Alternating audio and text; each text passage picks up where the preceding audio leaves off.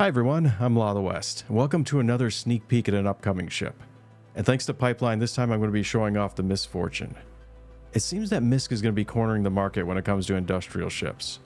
And the Fortune looks like they took the Prospector chassis and just straight up turned it into a salvage vessel. It's bigger, or should I say they've made it longer than the Prospector by extending out the hull to give it more internal space. And the interior of the ship is broken up into 4 sections that are separated from each other by a set of sliding doors. The rearmost section has a lift that leads up and into the ship, and this entrance is flanked on both sides by a pair of components lockers. The next section is where the salvage material is processed. And if you look at it from the outside, you'll see a series of 6 pads that are on each side that you can generate cubes that are made out of material that you've collected. This is going to be a very convenient way to collect, store, and move it from the ship to a freight elevator. It also has a crafting station like the Vulture that lets you use material that you've collected to make a number of small items like, for instance, fuses or a multi-tool.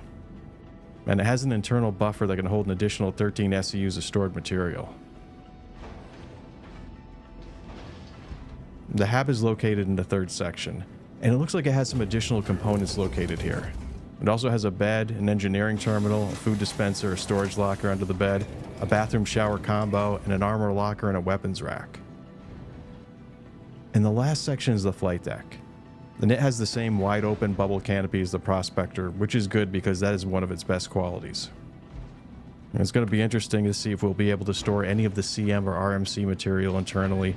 The lift is set up to be 2x2 SUs in size, so theoretically you should be able to do it. That is, if they haven't purposely cheesed it in some way to prevent us from doing so. And if we can, I'm going to be really looking forward to seeing how far we can end up pushing its storage limits. And it's going to be natural for people to try and compare this ship with the Vulture because they're the only small salvage ships that are currently in the game.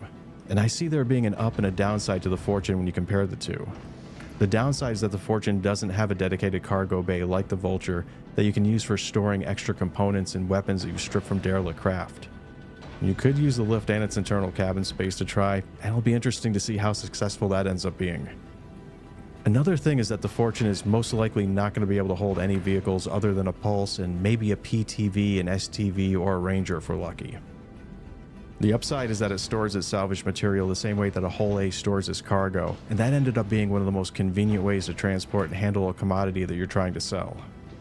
So overall, this looks like it's going to be an interesting alternative to the Vulture, and I like the fact that it doesn't seem to be a straight upgrade, but it's more of a different approach to salvaging that has its own particular ups and downs.